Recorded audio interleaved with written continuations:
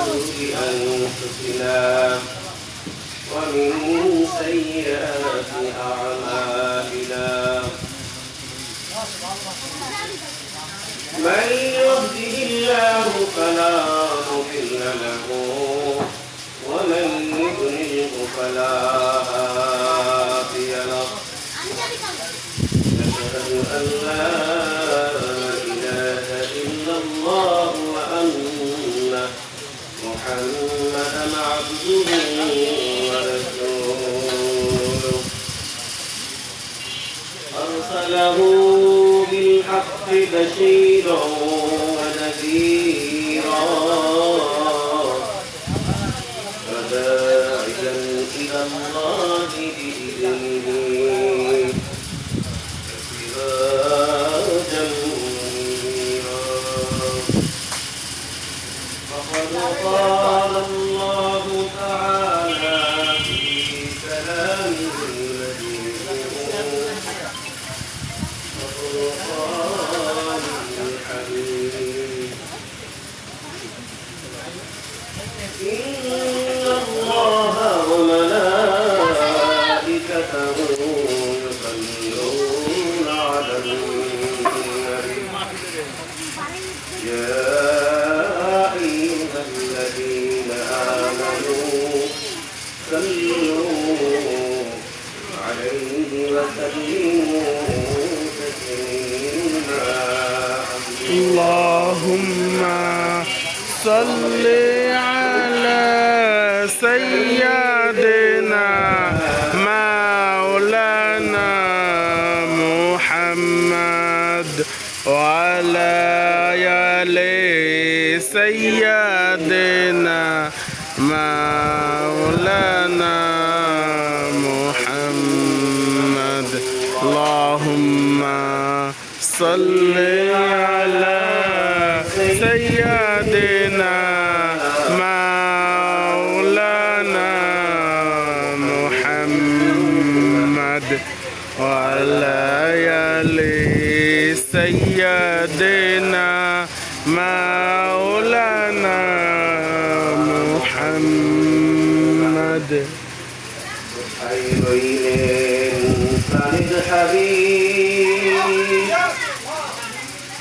আমাদেরকে ভুলিয়া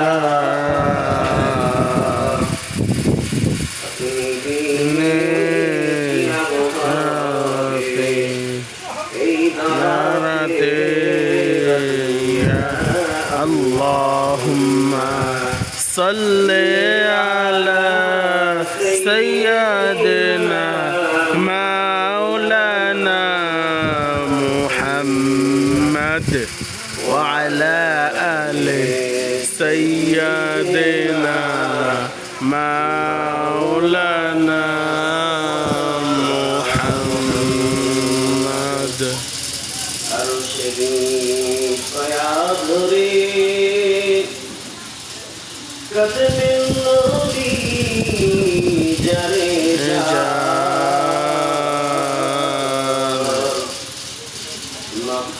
إذن أبو أمة مرقناك اللهم صل على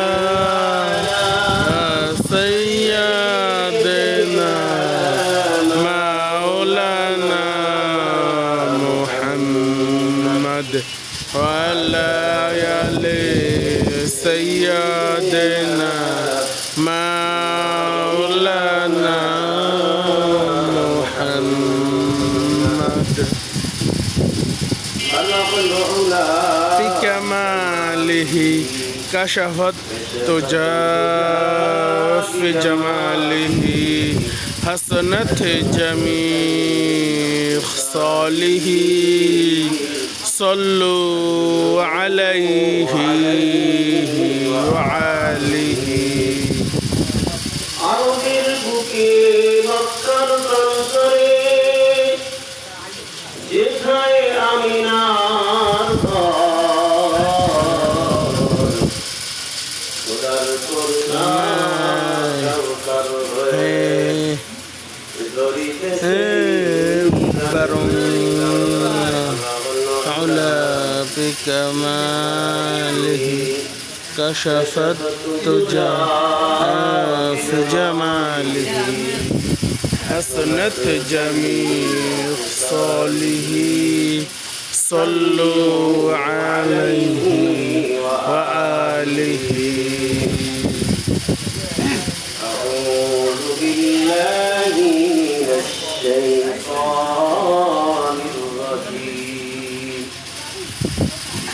بسم الله الرحمن الرحيم قال الله تعالى في كلامه المجيد الفرقان الحميد لقد من الله على المؤمنين إذ بعث فيهم رسولا من أنفسهم يتلو عليهم آياته ويزكيهم ويعلمهم الكتاب والحكمة وإن كانوا من قبل لفي ضلال مبين أو كما قال الله تعالى في كلامه المجيد أيضا وأطيعوا الله ورسوله يدخله جنات تجري من تحتها الأنهار خالدين فيها ذلك هو الفوز العظيم قال النبي صلى الله عليه وسلم لا يؤمن أحدكم حتى أكون أحب إليه من والده ووالده والناس أجمعين أو كما قال النبي صلى الله عليه وسلم من أحب سنتي فقد أحبني ومن أحبني كان معي في الجنة صدق الله العظيم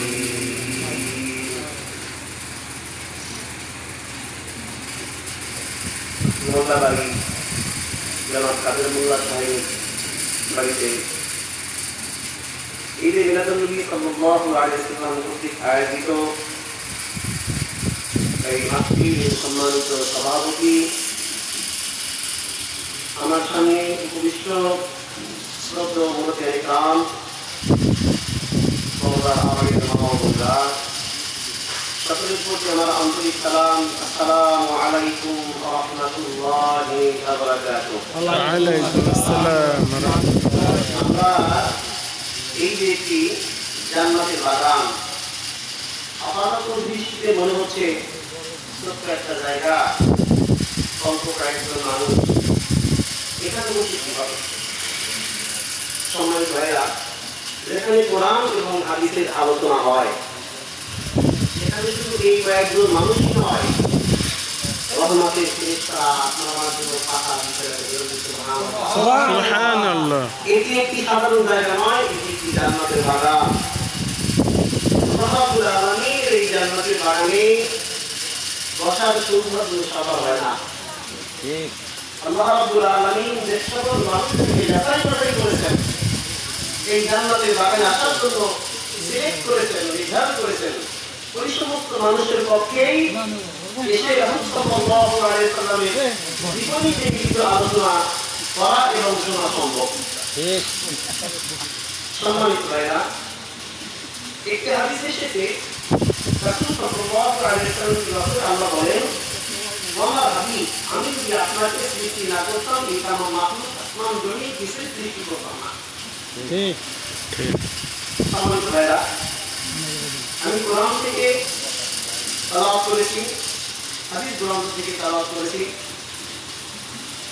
এটা শুধু আমি শুনেই যাবো, বিশ্বাস যাবো না, আমরা যেন আদৌ কারণে জানি।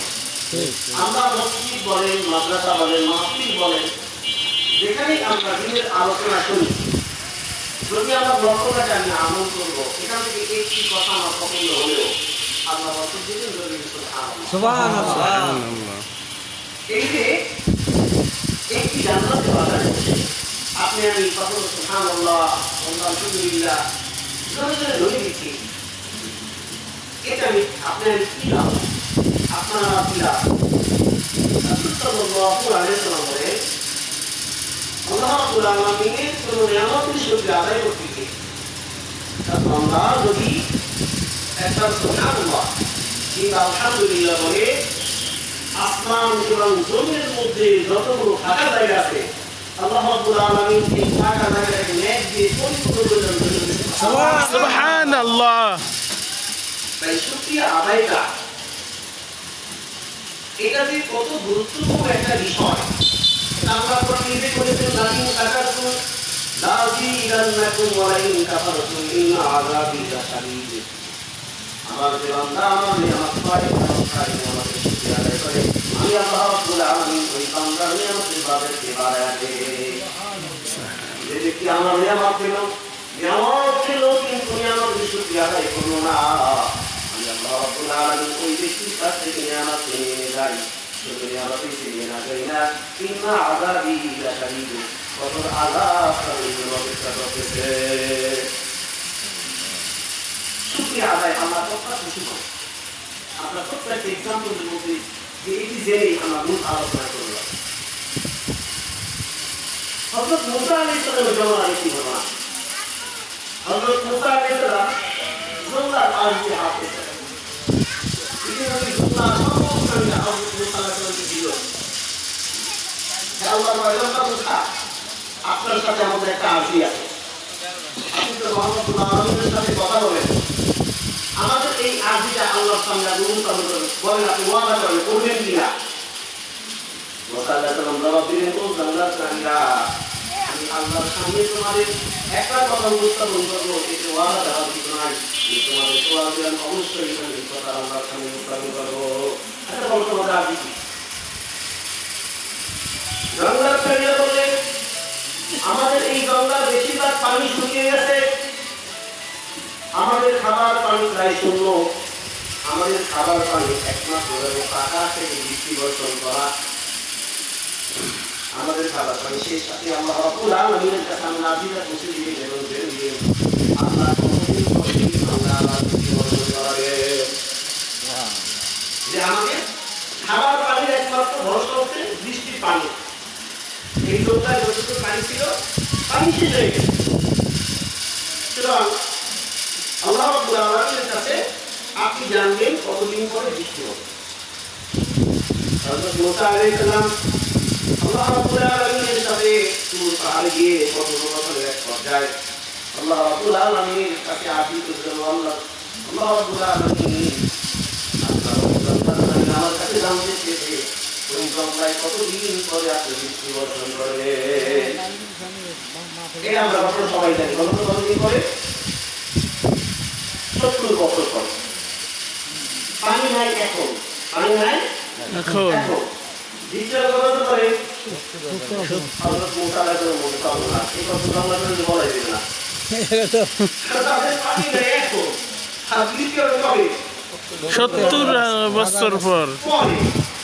এই কথা বলতে বলে আমাদের কান্ট্রি রাস্তা চেঞ্জ করে দেওয়া যায় কিনা?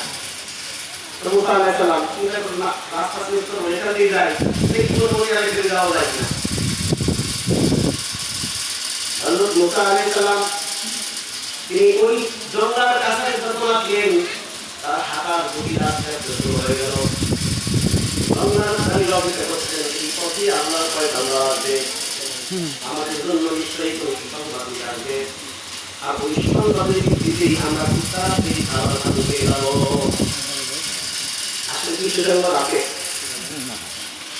যদি আপনার আবার করিব যে 70 বছর পর না 2 বছর পর দিব, তাই কিন্তু বদলে পাড়াপাড়ি কাজ করছে। হযরত মুসা আলাইহিস সালাম ইন্দ্রপুর কাছাকাছি চলে আসছেন বাংলার ফ্রেন্ডরা আগে কবে তাকে আবার গিয়ে ধরো ও আল্লাহ পয়গম্বর নিশ্চয়ই আপনি আল্লাহর কাছে আমাদের আরবিটা শেষ করেছিলেন আমাদের বাংলার পানির ব্যাপারে হবে না কাছে কি হবে আল্লাহ কি ওয়াদা দিয়েছেন মেহেরবানি আমাদের কাছে বলুন হযরত মুসা আলাইহিস সালাম কি কইলেন তিনি তো উত্তর দিলেন না রাবিরা ভাবলেন হযরত মুসা আলাইহিস সালাম হয়তো আমাদের আরবিটা আল্লাহর কাছে বলে রাখে রাবিরা তো বলে ও আল্লাহর পয়গম্বর যদি আপনি ভুলে গিয়ে থাকেন আবার যখন কথা বলছেন আমাদের আরবিকে মেহেরবানি করে আমাদের কাছে বলবেন হযরত মুসা আলাইহিস সালাম তিনি বলেন আমি তো তোমাদের আরবি বলে যাই নাই আমি আল্লাহ রাব্বুল আলামিনের কাছে তোমাদের আরবি পেশ করেছি কিন্তু এমন একটি উত্তর আমার কাছে এসেছে যে উত্তরটা বললে তোমরা খুশি হতে পারবে না এই জন্য আমি কি করেছি এবার তারা মুসা আলাইহিস সালামকে আরো দিলে ধরলেন আপনি তো আপনার কথা বলবেন না আল্লাহ কি বলেছে সেই সংবাদ আপনি আমাদেরকে দেন মুসা আলাইহিস সালাম বলেন ও ভাইরা আল্লাহ রাব্বুল আলামিন আমাকে যে তথ্যটি শুনিয়েছেন এটা শুনলে তোমরা খুশি হতে পারবে না এই জন্য আমি বলছি না হযরত মুসা আলাইহিস সালাম এই কথা যখন জবাব দিলেন ও আল্লাহর পয়গম্বর আল্লাহ আমাদের কাছে আমাদের এই আরবির ব্যাপারে আপনাদের যে সংবাদ দিয়েছে সেই সংবাদটি আমাদেরকে বলুন আমরা সেই সংবাদ থেকে সন্তুষ্ট থাকবো হযরত মুসা আলাইহিস সালাম খুব রাগান্বিত মানুষ ছিলেন একটি হাদিসে এসেছে হযরত মুসা আলাইহিস সালাম যখন প্রচন্ড রাগ করতেন তার মাথার চুলগুলো পাখি ভেদ করে দাঁড়িয়ে যেত একটু কমের জন্য দিকে ছেড়ে দিত এমনকি একবার হযরত আব্দুল্লাহ আলাইহিস সালাম আসে তিনি একটু ধ্যানমগ্ন ছিলেন এটা শুনে আমি এসে আব্দুল্লাহ আলাইহিস সালাম তিনি বলতেন দান করতেন হযরত মুসা আলাইহিস সালাম কথা কাটাকাটি করতেন মুসা আলাইহিস সালাম জিজ্ঞাসা করলেন তুমি দান করছো ভালো কথা তুমি কোন কাম দিয়ে দান করছো বা হবে না আমি আল্লাহর সাথে অনেকবার কথা বলেছি সুতরাং এই মুক্তি দান করতে পারবে না তাই প্রক্রিয়া আল্লাহ তাকে কাম দিয়ে আল্লাহর কথা শুনেছি আপনার কেন বুঝতে পারবেন ঠিক আছে বুঝতে পারবেন তা আপনি আল্লাহ ইসলামী বলেন আমার যেখানে খুশি আমি সেখানে দান করবো এরপর আমি আপনার পরিচয় দিতে আমি ওই মুসা আলাইহিস সালাম আসো দান করতে আসো মুসা আলাইহিস সালাম সাধারণত এই শব্দকে এত আঘাত করেছেন যে তার চোখ বের হয়ে চোখ পুড়ে গেছে সুবহানাল্লাহ সুবহানাল্লাহ আসলে আলাইহিস সালাম তিনি আল্লাহ রাব্বুল আলামিনের কাছে গিয়েছিলেন আল্লাহ তোমার পয়গম্বর আমার কি অবস্থা আল্লাহ রাব্বুল আলামিন মুসাকে দিয়েছিল মুসা তুমি এত একা চলে কেন আর তোমার একা সত্যি করতে যাচ্ছ হযরত মুসা জবাব দিলেন আমি তো শুধু আপনি স্পর্শ করেছি না আমি তো আপনার নামের সত্যি এখানে দিয়ে ধরেছে সুবহানাল্লাহ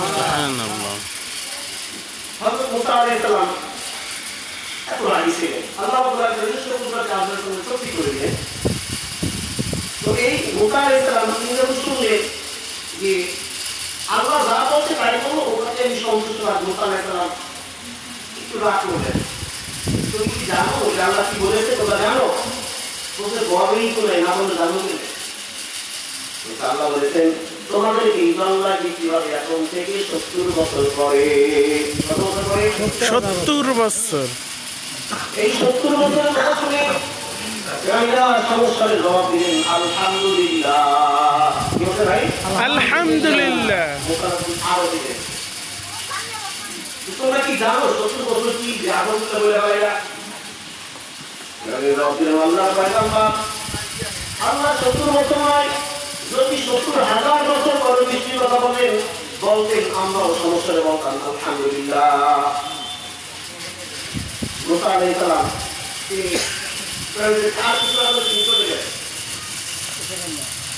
তিনি ওইখান থেকে বের হয়ে সামান্য কিছু দূর যেতে না যেতে এত জোরে বৃষ্টি শুরু হয়েছে মুসা একবারে গোসল সুবহানাল্লাহ খুশি সুবহানাল্লাহ। সুবহানাল্লাহ আল্লাহ রাব্বুল আলামিনের প্রচুর প্রশংসা করেন তাআলা। যে আমাদের ওয়াদা দিলে কি আর তুমি কামনা করবা কি? এই গঙ্গার আমার জমির উপর কি লাভ করবে? সে আমার কাছে আমার আরবি রব্বুল আলামিন আমার আরবি ছিল গঙ্গায় কঠিন করে তুমি আমাকে কথা করতে বলো অথচ আমি ঘরে রক্ষে পারি নাই তার আগে তুমি এত বৃষ্টি দিয়েছো যে আমি তো গোসল করে ঘরে দিয়েছি তাহলে আমি গঙ্গা প্রাণকে ঘুরে গেলাম আল্লাহ রাব্বুল আলামিন রব্বিল মুসা ওই প্রাণীদের জন্য বৃষ্টি বরাদ্দ ছিল 70 বছর পরে কিন্তু ওই জঙ্গল প্রাণীরা 70 বছরের কথা শুনে শুকরিয়া আদায় করেছে ওই শুকরিয়া আমার কাছে এত পছন্দ হয়েছে আমার রহমতের দরিয়ায় ঢেউ শুয়ে গেছে এই জন্য আমি ওই 70 বছরকে 70 সেকেন্ড দিলে আমি ওইখানে বৃষ্টি দিয়ে ওই প্রাণীদের পানির ব্যবস্থা করে দিয়েছি সুবহানাল্লাহ এটা হলো শুকরিয়া যদি আপনি আমি শুকরিয়া আদায় করি আল্লাহ আপনার আমার পাশে করাই দিবে যদি আপনি আমি শুকুর করে কথা বলতে পারি আপনার অডিওটাই কল্যাণ করার মুক্তি দুইটাই হয়ে যাবে যদি আপনি আমি শুকুর করে বাংলা হতে না পারি কোটি কোটি টাকা ইনকাম করবো এরোপ্লেনে করবো দেশ দেশ ভ্রমণ করবো কিন্তু মনের মধ্যে এক জাবা পরিমাণ শান্তি না থাকবে না রব্বুল আলামিন কোরআন শরীফে সত্তরমা আরসালনাকা ইল্লা রাহমাতুল লিল আলামিন রব্বুল আলামিন আমার হাবিব আমি আপনাকে বিশ্ববাসীদের জন্য রহমাতুল লিল আলামিন করে পাঠিয়েছি এই রহমাতুল লিল আলামিন কোথায় এই রহমাতুল লিল আলামিন তো এমনি হয় না ভাই আমরা এমন পয়গম্বর উম্মত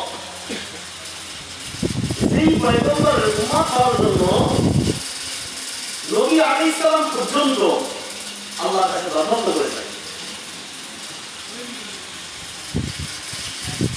যে আল্লাহ আমাদেরকে যদি নবী না বানায়া শেষ জামানার পয়গম্বরের উম্মত মুহাম্মাদি করতা আমাদের ভাগ্যটা আরো বেশি ভালো ছিল ভাই আপনি আমি সেই নবীর উম্মত আপনার আমার দায়িত্ব কিন্তু কম না যে মানুষ যত বড় তার দায়িত্ব তত বড় আমাদের আল্লাহকে প্রস্তুত করবে দেশের প্রধানমন্ত্রী সে প্রস্তুত করবে খাবার প্রস্তুত করবে বরং আমার ছাত্ররা আমি পড়াইছি না আমার মসজিদ সাহিত্য করছি এটা হকালাই করছি না আমার ঘরে ঘরে আদায় করছি না এইটা আমার আর প্রধানমন্ত্রী পুরা রাষ্ট্রের খবর আপনি যারা রাষ্ট্রের তোমার মানুষের দায়িত্ব ঠিক পালন করছেন না তিনি বলেছেন আমার উমরের রাজ্যে যদি একটি কুকুরও খাওয়ার অভাবে মারা যায় কাল কিয়ামতের মাঠে আল্লাহ আলামিন আমাদের এই জন্য জবাবদারি করবে যে মানুষ যেমন তার প্রশ্ন তেমন রাসূল সাল্লাল্লাহু আলাইহি ওয়াসাল্লাম একটা হাদিস বলেছেন কুল্লুকুম রা'ইন ওয়া কুল্লুকুম মাসউলুন আন রা'ইয়াতিহি প্রত্যেক ব্যক্তি দায়িত্বশীল প্রত্যেক ব্যক্তিকে তার দায়িত্ব সম্পর্কে জিজ্ঞাসা করা হবে আপনার উম্মতি মুহাম্মাদি হায়াতের জিন্দেগি কম হায়াতের জিন্দেগি সর্বোচ্চ 100 মিনিটে পায় না এখন 50-60 মিনিট উইকে পড়ে যায় 50-60 মিনিট পরে এটা বিভিন্ন কারণে হয়ে থাকে আল্লাহ রাব্বুল আলামিন আপনার আমার নতুন হায়াতের জিন্দেগি রেখেছেন সেটা যতটুকুই হোক এর মধ্যেই যদি আপনি আমি আল্লাহর সন্তুষ্টি অর্জন করতে পারি আল্লাহ রাসূলের ভালোবাসা পেতে পারি আপনার আমার জন্য এটাই যথেষ্ট আপনাকে উম্মতি মুহাম্মাদি হতে হবে আল্লাহর বান্দা হতে হবে কোরআনে আমরা দেখেছি আমাইতুর রাসূল ফাকাত আতা আল্লাহ যে ব্যক্তি আল্লাহ রাসূলের আনুগত্য করলো পরবর্তী সে আল্লাহর আনুগত্য করলো আমরা একজন রাসূল পেয়েছি কেমন রাসূল চিন্তা করি তার জন্মের পূর্বেই তার মজুরা শুরু। রাসূল সাল্লাল্লাহু আলাইহি ওয়াসাল্লাম যখন মা আমিনার গর্ভে যাননি, মুহাম্মদ বিন নূর যখন আব্দুল্লাহ লালাতে, এই সময়টা আরবের ধনাত্মবান মেয়েরা খাজা আব্দুল্লাহকে এক নজর দেখার জন্য বেলকুনিতে পায়চারি করতেন। যেই রাস্তা দিয়ে বাগান করে চুপচুপি বসে থাকতেন, গোসল করতে সেখানে টুকি মেরে দেখতেন এক নজর দেখার জন্য। এটা কার বরকত? মুহাম্মদ নূরের বরকত। কার বরকত? মোহাম্মদ নূরের বরকত। হাদিসে এসেছে, যেই দিন থেকে রাসূল সাল্লাল্লাহু আলাইহি ওয়াসাল্লাম মা আমিনার গর্ভে চলে গেলেন, আরবের একটি মেয়েও তাকে দেখার জন্য আর পায়চারি করে না। তিনি তো আগে দেখা লাইফ বন্ধ ওদের একটি লিখে দাঁড়িয়ে থাকে। এবার গল্প শুরু হয়ে গেল মা আমিনার দিকে। আল্লাহ রাব্বুল আলামিন রাসূল সাল্লাল্লাহু আলাইহি ওয়াসাল্লাম বিদায়কে উঠিয়ে নিয়ে গেলেন। রাসূল সাল্লাল্লাহু আলাইহি ওয়াসাল্লাম মা আমিনার গর্ভে আব্দুল মুত্তালিবের কাছে বিভিন্ন মানুষ বিচার দেয়, আপনার পুত্রবধূ একজন বিধবা মহিলা এবং সুগন্ধি ব্যবহার করেন, যেখান দিয়ে আকাশ বাতাস পর্যন্ত মুখরিত হয়ে যায়। সুবহানাল্লাহ। এটা কি দৃষ্টিকোণীয় মনে হয় যে একজন বিধবা মহিলা রাস্তা দিয়ে গেলে তার সুগন্ধি চতুর্দিকে ছড়ায়, মানুষ একটু কান্নাকাটি করে। আব্দুল মুত্তালিব চিন্তা করে, আমি বলতেছি এই কথা কেমন উত্থাপন করি। তিনি শেয়ার করলেন তার বিবির কাছে, ও বিবি গো, মানুষ আমার কাছে এরকম বিচার দেয়, আমার পুত্রবধূ এমন সুরাম ব্যবহার করে, তিনি যেখান দিয়ে যায় ওখানকার আকাশ বাতাস পর্যন্ত ঘেরায় মুখরিত হয়ে যায়। এবার আব্দুল মুত্তালিবের বিবি বলছেন, আমি তো আপনার কাছে লজ্জায় করি নাই, আমার পুত্রবধূ যখন বাথরুম থেকে বের হয়, এরপরে আমি যখন ওই বাথরুম ঢুকি মনে হইল কেমন পিওর সেম পিওর গেছে। সুবহানাল্লাহ। এবার স্বামী স্ত্রী দুজন বসে থাকে, ও আমার পুত্রবধূ, তুমি আমার এখানে আসো, আমার সাথে দু এক মিনিট কথা বলো। তিনি ডাকবে, দেখুন না, আমি কথা কখন তোমাকে বলতাম না, কিন্তু আমি তো একজন সমাজপতি, বিভিন্ন মানুষ আমার কাছে বিভিন্নভাবে আপত্তি পেশ করেছে। তুমি যেই সুজ্ঞানটা ব্যবহার করো, তুমি যেখান দিয়ে যাও সেইখানে আকাশ বাতাস সকল কিছু মুখরিত হয়ে যায়। এই সুজ্ঞানটা তুমি সুগন্ধিটা কোন দোকান থেকে কিনেছ? মা আমিনা জবাব দিলেন, ও আমার শ্বশুর আব্বাজি, এই সুগন্ধিটা আজকে নয়, এই সুগন্ধিটা যেদিন আমার কাছে এসেছে সেই দিন থেকেই আমি যেখানে যাই শুধু সুগন্ধি নয়, আরো কত রকম মজিদা বাবা, সেটা তো আপনি জানেন না। কথা বললো না। আমি যখন পানি আনার জন্য কূপে পাড়ে যাই, যেখানকার পানি 25-30 ফিট নিচে, কলসি থেকে পানি খাইতে হয়। আমি যখন কলসি ভরার জন্য ওখানে যাই, আমি সব কলসি একদম কূপে মুখ উঠে গেছে, আপনার পানি সে কলসির মধ্যে পড়েছে। আল্লাহু আকবার। সাল্লাল্লাহু আলাইহি। আমি যখন ওখানে দাঁড়াই, মক্কার সকল মুসলমান বলে, আমি না, তুমি বাসায় যেও না, তুমি গেলে আবার এই পানিগুলো ছেড়ে যাবে, আমাদের কলসি তো ভরে নেই, এই পানিগুলো আমরা তোমার বাড়িতে পৌঁছে যাবে, এখান থেকে এক কথা বলো না।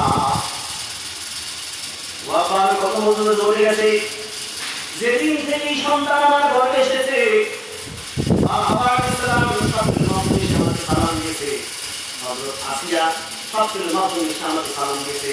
আমি যখন ঘর থেকে বের হই, আমার গায়ে একটু গাছ ঢোকায় না, মেঘ এসে আমার মাথার উপর ছায়া দেয়। সুবহানাল্লাহ। আমরা এমন একজন পয়গম্বর পেয়েছি। আল্লাহ। সম্মানিত ভাইরা, এই পয়গম্বর কেমন পয়গম্বর? তিনি যখন মারা যাবেন, মারাত্মক আযাব তার সামনে এসে গেছে, তিনি থামিয়ে স্টপ, থামো। হযরত জিবরাইল আলাইহিস সালাম যতক্ষণ না আসবেন আমি তোমাকে দান খরচ করার অনুমতি দিতে পারিনি।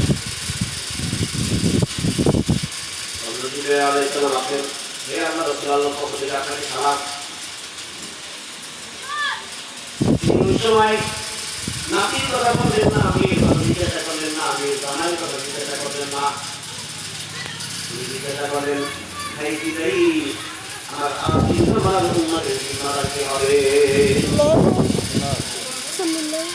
নাতির সাথে তার সম্পর্ক কেমন ছিল দেখে, একটি ঘটনা বললেই হয়। মোহাম্মদ রাসূলুল্লাহ সাল্লাল্লাহু হাসান হুসাইন একদিন তার সামনে এসে দুষ্কর্মী করে জিজ্ঞাসা করলো, ওনারা গো, একটা প্রশ্নের উত্তর দাও। রাসূল সাল্লাল্লাহু আলাইহি ওয়াসাল্লাম বললেন, ভাই তোমরা কি প্রশ্নের উত্তর জানতে চাও? রাসূল সাল্লাল্লাহু আলাইহি ওয়াসাল্লাম বললেন, বলো তো, এখানে আছে তুমি এবং আমরা দুই ভাইয়ের মধ্যে কে বেশি উত্তম? রাসূল সাল্লাল্লাহু আলাইহি ওয়াসাল্লাম বললেন, মুক্তি এসে, আমি যেহেতু আল্লাহর পয়গম্বর, আমি উত্তম। এবার দুই ভাই তার নাতির মধ্যে যুক্তি তর্কে হয়ে গেল। নাতিরা বললেন, না তুমি উত্তম না, আমরা দুই ভাই উত্তম। আচ্ছা, তোমরা দুই ভাই উত্তম, তার যুক্তি বলো। প্রথম যুক্তি হলো,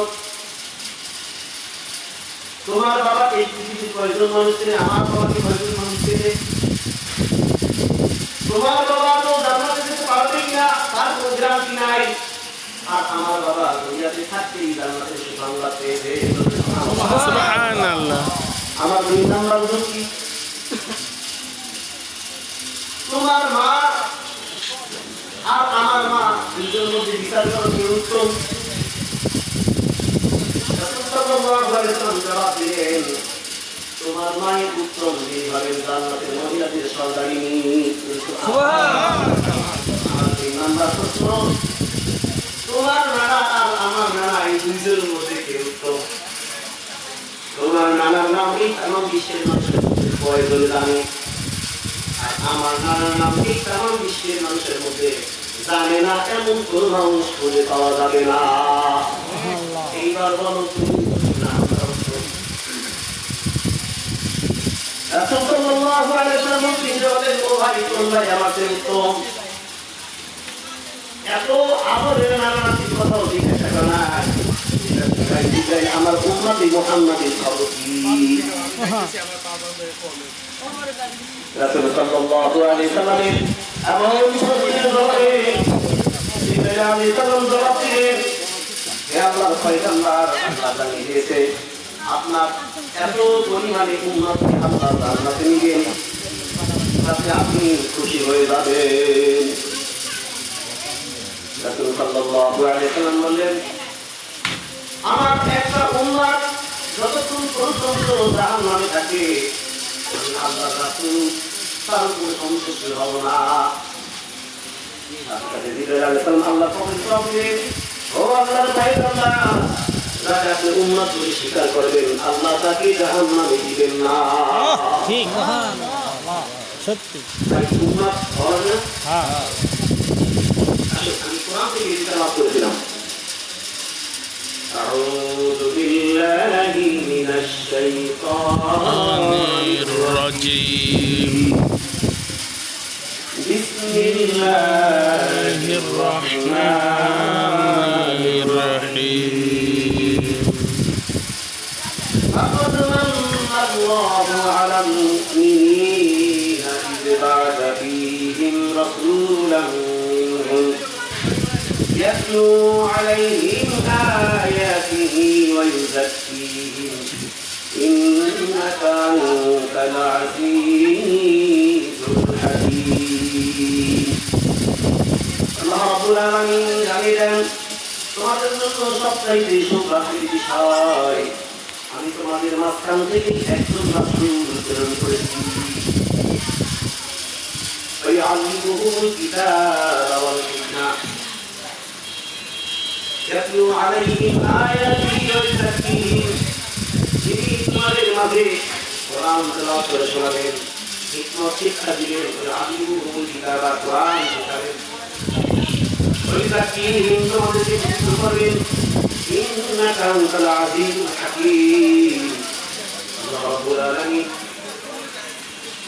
মহাজ্ঞানী, এই মহাজ্ঞানী পক্ষ থেকে দিয়ে এসেছেন, তিনি আপনাদেরকে মহাশিক্ষা দিয়ে আল্লাহর পক্ষ থেকে একজন রাসূল এসেছেন তোমাদের মাঝখানে, যিনি তোমাদেরকে কোরআন শিক্ষা দিবেন, হিকমত শিক্ষা দিবেন, কোরআন তেলাওয়াত শিখাবেন।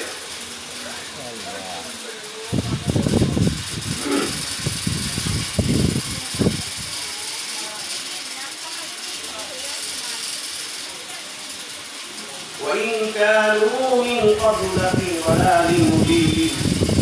ওই পূর্বে তোমরা স্পষ্ট গুমরাহির মধ্যে ছিলে, যদি তোমরা ছিলে ইতিমধ্যে গুমরাহির মধ্যে, কিন্তু ওই রাসূলের রহমতুল আলামিনের মধ্যে আল্লাহ রাব্বুল আলামিন তোমাদের গুনাহ আল্লাহ মাফ করে দিবেন। সুবহানাল্লাহ। তাই আল্লাহ রাব্বুল আলামিন যে হুকুম আকাম আমাদেরকে দিয়েছেন দিয়েছেন সেগুলো অবশ্যই আমাদেরকে মানতে হবে। তিলকা হুকুমুল্লাহ ومن يطع الله ورسوله يدخله جنات تجري من تحتها الانهار خالدين فيها وذلك هو الفوز العظيم وذلك الفوز العظيم। এটাই আমরা সীমারেখা। যে ব্যক্তি ومن يطع الله ورسوله আনুগত্য করবে আল্লাহ আল্লাহ রাসূলের, আল্লাহ বলেন يدخله جنات تجري من تحتها الانهار। আল্লাহ রাব্বুল আলামিন আপনাকে এমন জান্নাতে প্রবেশ করাবেন, সেই জান্নাতের প্রবেশ থেকে ভগবান প্রবাহিত খালিদিনা ফিহা আবাদা। এবং আপনি ওই জান্নাতে কতদিন থাকবেন? অনাদি অনন্তকাল।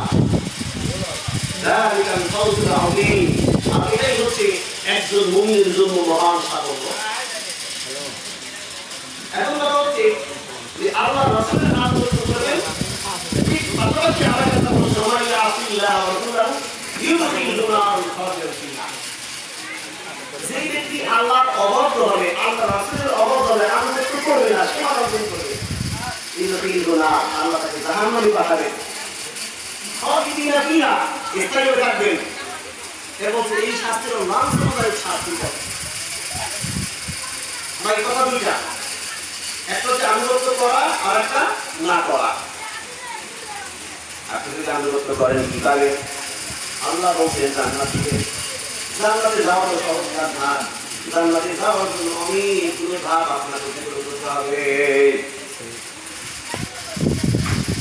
রাসূল সাল্লাল্লাহু আলাইহি সাল্লাম যখন কিয়ামত কায়েম হয়ে যাবে, জাহান্নামকে টেনে হাসরের ময়দানে হাজির করা হবে, রাসূল সাল্লাল্লাহু আলাইহি সাল্লাম তিনটি জায়গায় তিনজনের মাকামে মাহমুদে যাবেন, আল্লাহ তাকে বসার জন্য অনুমতি দিবেন, কিন্তু তিনি আর বসবেন না, তিনি আপনাকে স্পর্শ করে দৌড়ে আসবেন। তাহলে আল্লাহ রাসূল সাল্লাল্লাহু আলাইহি সাল্লাম তিনটি জায়গায় যাবেন। কয়টা জায়গায়? তিনটি জায়গায়। এক নাম্বার যাবেন মিজানে। কোথায়? মিজানে, যেখানে মানুষের আমল নামাকে পরিমাপ করা হয়। যদি কোনো বান্দা আমল নামা একটু ঘাটতি হয়ে যায়, একজন মহান মনীষী করা দেখেছেন, তখন আমরা যে দুরূদ পাঠ করি, দুরূদের ঘাটতি করা হবে। দুরূদ আছে, যদি ওই ব্যক্তির কোনো দুরূদ থাকে, ওই দুরূদের বদৌলতে আল্লাহর কাছে দোয়া করবেন, আল্লাহ মুহাম্মদের দিকে তাকাবেন, মিজানুল আল্লাহ বাড়ি হয়ে যাবে। আল্লাহ রাব্বুল আলামিন ওই ব্যক্তিকে জান্নাতে নিয়ে যাবেন। সুবহানাল্লাহ। দ্বিতীয় দিন যাবেন ফুলসরাতের গোড়ায়। যদি কোনো ব্যক্তি ফুলসরাত পার হবে, ওই ফুলসরাতটা থাকবে জাহান্নামের উপরে। ওই দিন ইমানের আলো ভিতরে কোনো আলো থাকবে না। ওই ফুলসরাতটা হবে একজন মুনাফিক কাফেরের জন্য ইয়াসে ভার সাইতে আমসাদের বেশি অন্ধকার। সর্বশেষ ব্যক্তি যে বন্ধুরা পাঠাবে তারা তাদের জোয়াকি পোকা নয়। জোয়াকি পোকা অন্ধকারে একবার 15 মিনিট আগুনে ওঠে, অন্ধকার হয়ে যাবে। ঠিক ওই ব্যক্তির ইমান থাকলে খুব দুর্বল থাকবে, একবার ঝড় ফিরে উঠবে, আবার অন্ধকার হয়ে যাবে। যখনই সে পার হয়ে যাবে হাত পা থেকে জাহান্নামের মধ্যে চলে যাবে। নাউজুবিল্লাহ। নাউজুবিল্লাহ। শেষ জামানার পয়গম্বর রাহমাতুল লিল আলামিন ওই জাহান্নামের গোড়ায় অন্ধকারের গোড়ায় চলে যাবেন। আমার কোন উম্মত নেই, এই বিপদ মুহূর্তে হাত পা তুলে জাহান্নামের মধ্যে পড়ে যাও। ধরে রেখে তার কোনো কারণেই পার হতে পারছে না। আল্লাহ রাব্বুল আলামিনের কাছে ইস্তিগফার সুপারিশ করে পার করে নেবেন। সুবহানাল্লাহ। উম্মত হয় বলতো না, আপনাকে আমাকে উম্মতে মুহাম্মদী বলে আমি খাতায় নাম লিখতে হবে। ঠিক ঠিক ইয়া রাসূলুল্লাহ। উম্মতে মুহাম্মদ যদি নাম লেখা আল্লাহ রাসূলের যেতে দাও কাজগুলো আমার করতে হবে না। আজকে রবিউল আউয়াল মাস আসলো, সারা মুসলমান পৃথিবীর সবের নামাজের খবর নাই। উম্মতে মুহাম্মদ হবে না, আল্লাহ রাসূল যা করতে বলছে তা করি না, যা করতে নিষেধ করেছে সেগুলো বেশি করে করেছে। উম্মতে মুহাম্মদ হবে আল্লাহ রাসূলের জীবন দিকে তাকায় তিনি কি করতেন। আল্লাহ রাসূল সাল্লাল্লাহু আলাইহি ওয়াসাল্লাম শিয়ারে আবু তালিব 3টি বছর খাবার শেষ, গাছের পাতা দিয়ে সাহাবীরা পায়খানা করলে ছাগলের গলির মতো গাছের পাতা পড়েছে। কেন কষ্ট করেছে? এই দিনকে কায়েম করার জন্য। কিসের জন্য ভাই? দিনকে কায়েমের জন্য। বিশাল সম্পদশালীরা এদের মধ্যে খুব কমে আল্লাহ রাসূলকে সাপোর্ট করছে। এখন দেখেন যারা বিশাল ক্ষমতার অধিকারী, সম্পদের অধিকারী, ইসলামের পথে কমে। হ্যাঁ ইসলামের পথে আসে সাতটা আমার মতো কম বুদ্ধির কিছু মানুষ, কম অর্থনৈতিক কিছু মানুষ, কিন্তু আল্লাহ তাদের মর্যাদা এত বাড়ায় দিতে। হযরত ওমর রাদিয়াল্লাহু তাআলা আনহু ইসলামের ঘোর শত্রু ছিলেন, ইসলামের ঘোর শত্রু ছিলেন, অথচ তিনি এই দিন প্রস্তাবের দাবিদার বলেই আল্লাহ রাসূল তাকে বায়াত গ্রহণ করলেন। তিনি একজন সোনালী মানুষের পরিবর্তন জন্য আজকের দিনের যদি সম্পদশালী ব্যক্তি ভাইরা ইসলামের দিকে আগে আসি, আবু বকর ওমরের কাপড়ে আপনি আমি তারা বদল করে দৌড়াবেন 3টি জায়গায়। কয়টি জায়গায়? 3টি জায়গায়। জায়গার নাম 3 নাম্বার হলো হাউজে কাউসারের কাছে। তাই কোন জায়গায়? হাউজে কাউসার। হাউজে কাউসার থেকে পানি তুলবেন। সিদ্দিক আকবর হযরত আবু বকর রাদিয়াল্লাহু তাআলা আনহু, আমি জানি হযরত ওমর রাদিয়াল্লাহু তাআলা আনহু আছে। হযরত ওমর রাদিয়াল্লাহু তাআলা আনহু আল্লাহ সাল্লাল্লাহু আলাইহি ওয়াসাল্লামের কাছে খেলা তুলে দিবে। সুবহানাল্লাহ। ওমর যে ডাকওয়ালা ব্যক্তি ছিল, যদি ইসলামে ভুলে না আসতেন এই মর্যাদা আল্লাহ তাকে দিতেন না। সম্মানিত ভাইরা, মানুষকে আপনি পরিমাপ করতে পারবেন 3টা জিনিসে। কটা জিনিস দিয়া? 3টা। এই 3টা জিনিস পাওয়ার পরে যদি কোনো মানুষের নৈতিকতা বা চরিত্রের কোনো অবলম্বন না যায় তাহলে সে একজন পারফেক্ট মানুষ। 1 নাম্বার হলো অর্থ, 1 নাম্বার কি? কিন্তু কোরআন বলতে 1 নাম্বার সুন্দরী নারী, 1 নাম্বার কি? সুন্দরী নারী। এখন আমরা এই ফেসবুক সামাজিক মাধ্যমে জানতে পাই যে ক্ষমতাধর ব্যক্তিরা তারা পত্রিকাদের ভিতরে পড়ে, এটি ভাই কোনো জান্নাতি মানুষের নমুনা নাই। আপনি আমি যদি নৈতিক চরিত্রের অবপতনে নিজেকে নিয়ে যাই তাহলে মনে রাখবেন বিশাল খবর তবে লুটের জমানার মানুষকে একটা সহজ উল্লেখে শুধুমাত্র এই জেনা বেবিচার সমকামিতার দিকে যাওয়ার কারণে আল্লাহ রাব্বুল আলামিন ওই জাতিটাকে এত রূপে আশা দিয়েছে, মুখে 1 মাইল রূপে আশা দিয়েছে, এই শহরটা প্রায় 2 মাইল পর্যন্ত মাটি নিচে চলে গিয়েছে। এটা আল্লাহর কাছে এত ঘৃণিত একটা বিষয়। 2 নাম্বার হলো অর্থ। মানুষের কাছে যখন অবাধ সম্পদ হয় তখন তার কাছে কিছু মানুষদেরকে তিনি মানুষ হিসাবে গণ্য করেন না, তুচ্ছতা ফিল করেন। 3 নাম্বার হলো ক্ষমতা। যদি একবার ক্ষমতা পেয়ে যায় চাইলে আমার কাছে আর কি বর্তমানে কষ্ট দিকে তাকে দেখা যায় কয়েকদিন আগে দেখো বাপ দাদার নাম খুঁজেও পাওয়া যায় নাই আজকে তারা মানুষই মনে করে না এই চিন্তা পরীক্ষায় রাসূল সাল্লাল্লাহু আলাইহি ওয়াসাল্লাম বলেন এরকম যুবক বয়স এই যুবক বয়সে আরো একজন সম্ভ্রান্ত ব্যবসায়ী ছিল হযরত খাদিজা কুবরা রাদিয়াল্লাহু তাআলা আনহা তিনি পুরুষদের প্রতি এত বিরক্ত হয়েছে তিনি প্রতিজ্ঞা করছে আমি জীবনে আর কোনোদিন বিয়ে করবো না তার ব্যবসা জানা থেকে সেই ব্যবসা লাভ আপনি দাঁড়ায় তো তিনি এই সময় তার এক বান্ধবী ছিলেন নাফিসা এই নাফিসার মাধ্যমে জানতে পারলেন আব্দুল্লাহ দাদা মুহাম্মদ রাসূলুল্লাহ সাল্লাল্লাহু আলাইহি ওয়াসাল্লাম একজন বিশ্বস্ত মানুষ এই নাফিসার মাধ্যমে তাকে প্রস্তাব দেওয়ালেন তুমি আমার সাথে ব্যবসা করবে কিনা রাসূল সাল্লাল্লাহু আলাইহি ওয়াসাল্লাম জবাব দিলেন আমি তো এমনি কবে আমার কাছে টাকা নাই ব্যবসা করব কিনা নাফিসা বললেন ঠিক আছে তোমার কাছে ব্যবসা নেই কোনো ব্যাপার না টাকা নেই কোনো ব্যাপার না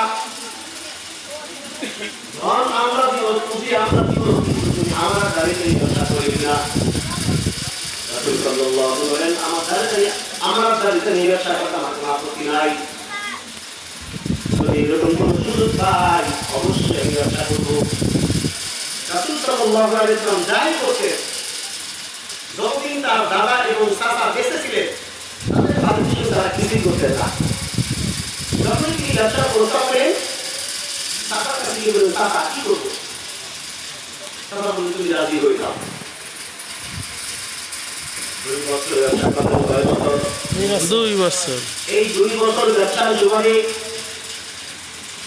হযরত খাদিজা কুবরা রাদিয়াল্লাহু তাআলা আনহা তাকে দূর থেকে দেখে একই বাছাই করলেন বছর শেষ হয়ে যায় অন্যান্য মানুষ যাদেরকে ব্যবসার বিভিন্ন দায়িত্ব দিয়েছে তারাও হিসাব দেয় আর আব্দুল্লাহ জনাবে মুহাম্মদ রাসূলুল্লাহ সাল্লাল্লাহু আলাইহি ওয়াসাল্লাম তিনিও হিসাব দিতে আসেন কিন্তু ওই হিসাবের মধ্যে আকাশ পাতাল ব্যবধান সুবহানাল্লাহ সে বলছে কে কোন জায়গায় গোলামি দিচ্ছে এটা সে বলছে সেটা একটু ব্যবসায়ী কিন্তু রাসূল সাল্লাল্লাহু আলাইহি ওয়াসাল্লাম যখন হিসাব নেন তিনি একেবারে পাই টু পাই প্রত্যেকটা বিষয় স্যাটিসফাই হওয়ার মতো তিনি বুঝাই দিয়ে না তিনি নাফিসাকে বললেন ও নাফিসা আব্দুল্লাহ বেটা মুহাম্মদকে যদি আমি না দেখতাম তাহলে আমি চিন্তাই করতে পারতাম না পুরুষের চরিত্র এত সুন্দর হয় আমি তাকে যদি না দেখতাম তাহলে বুঝতামই না জানতামই না যে একজন পুরুষের চরিত্র এত সুন্দর হতে পারে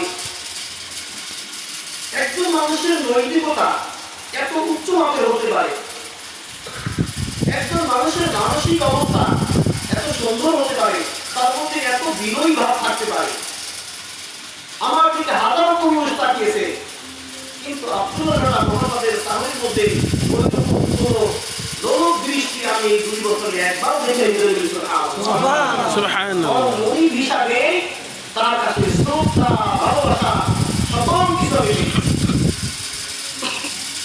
আমি যদি আগে জানতাম যে পুরুষের চরিত্র এত সুন্দর হয় তাহলে আমি যে আর বিয়ে করবো না এই সত্য আমি করতাম না তার আগে তিনি আবার কি বান্ধবী নাফিসাকে তিনি মস্কার করবেন নাফিসা আমার পুত্র কি শেষ হয়ে গেছে নাফিসা পুরুষকে যেটা হেসে বলেন বান্ধবী তুমি এরকম কথা বলতে চাও তুমি সকলেই তো বিয়ে করবো না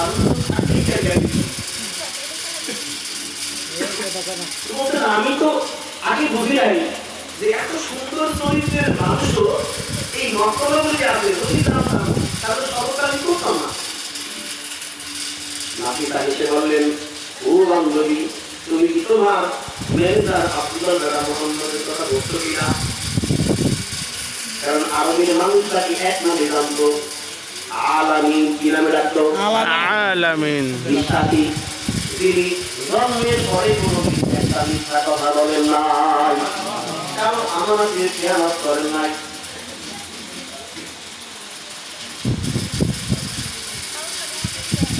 এবার নাফিসা বললেন, তুমি যদি রাজি থাকো আমি ট্রাই করে দেখতে পারি। অন্য ছাত্রে বললেন, না সেটা কি করে হয়, আমার বয়স 40 বছর পার হয়ে গেছে, আর আব্দুল্লাহ ইবনে মুহাম্মদ এখনো যুবক মানুষ। নাফিসা বললেন, তাহলে কি আসে যায়, তোমার মাশাআল্লাহ এখনো যে লাবণ্য রয়েছে, একজন তরুণী চাইতে তুমি কোনো দিক থেকে কম নও। তাকে বলা হতো তাহেরা, পবিত্র রমণী হযরত ফাতিমা কুবরাকে। তিনি 2 বছর রাসূল সাল্লাল্লাহু আলাইহি ওয়াসাল্লামের কাছে সংসার করেছিলেন, কিন্তু ওই 2 বছর রাসূল সাল্লাল্লাহু আলাইহি ওয়াসাল্লাম একবারের জন্য বলেনি, তার 63 বছর হয়ে গিয়েছে।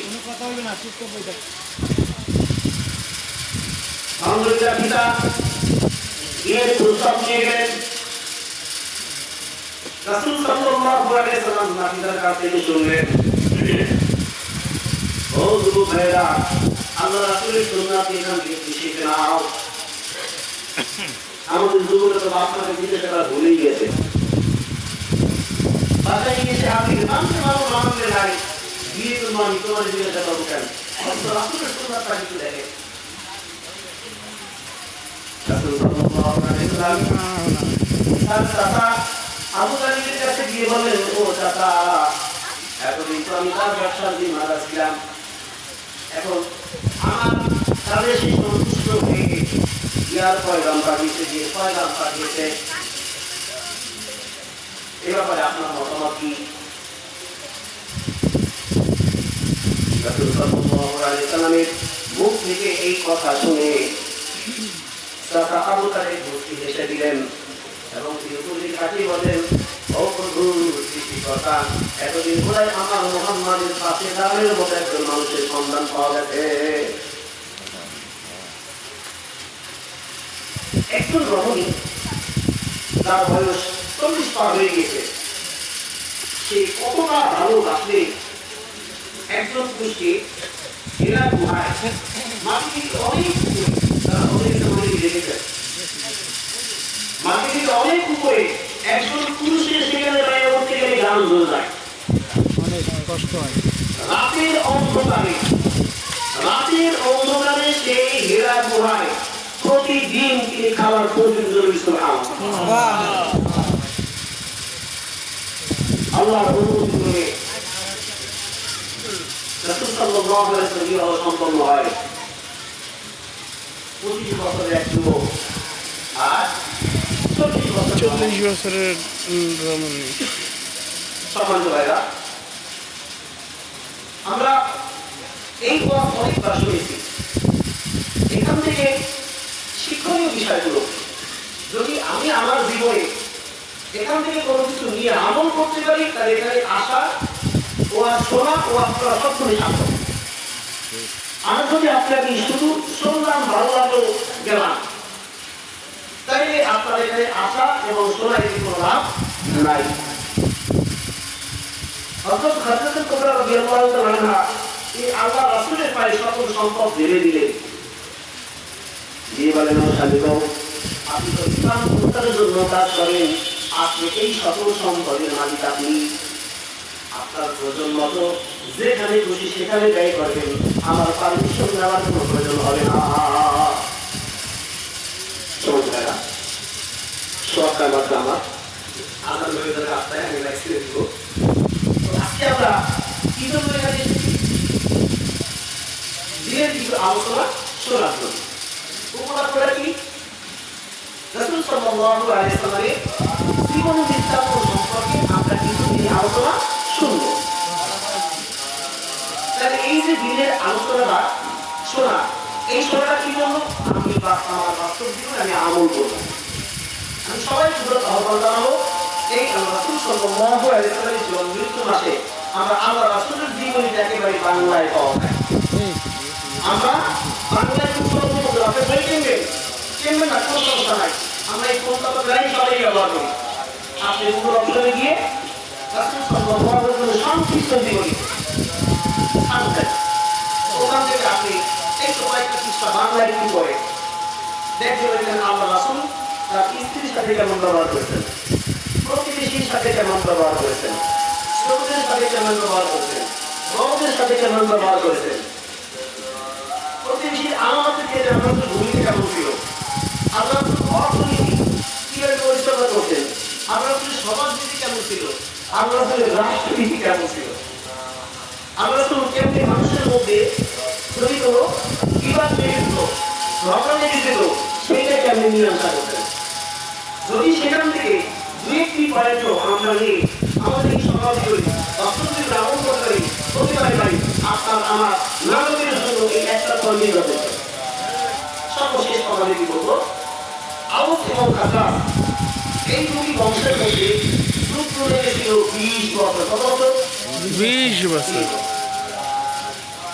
এদের স্লোগান কেমন ছিল, তোমরা আমাদের একজন কিভাবে আমরা তোমাদের পাঁচজন কিভাবে, তোমরা আমাদের একটা বছর কিভাবে তোমাদের পাঁচটা ধরে রাখবো, তোমরা আমাদের একজন দাসকে মারবো, তোমরা পাঁচজন স্বাধীন মানুষকে মারবো। এত হিংসাত্মক মনোভাব তাদের মধ্যে ছিল। রাসূল সাল্লাল্লাহু আলাইহি ওয়াসাল্লাম যখনই তিনি মক্কা জয় করলেন, এবং তাদেরকে ডাকলেন, তারা রাসূল সাল্লাল্লাহু আলাইহি ওয়াসাল্লামের সংস্পর্শে আসলো, ইসলামের মৌলিক বিষয়গুলো জানলেন।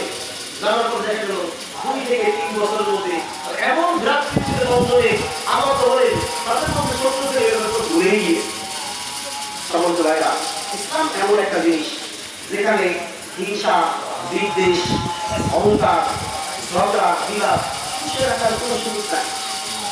আপনি যদি ইসলামকে হৃদয়ে ইসলাম দেন, আল্লাহ রাসূলের সুন্নাতগুলোকে বুকে টেনে নেন, এই সাধারণ বললাম হিংসা, বিদ্বেষ, ঝগড়া, পাতা, খারাপি সকল কিছু আপনার অন্তর থেকে বের হয়ে যাবে।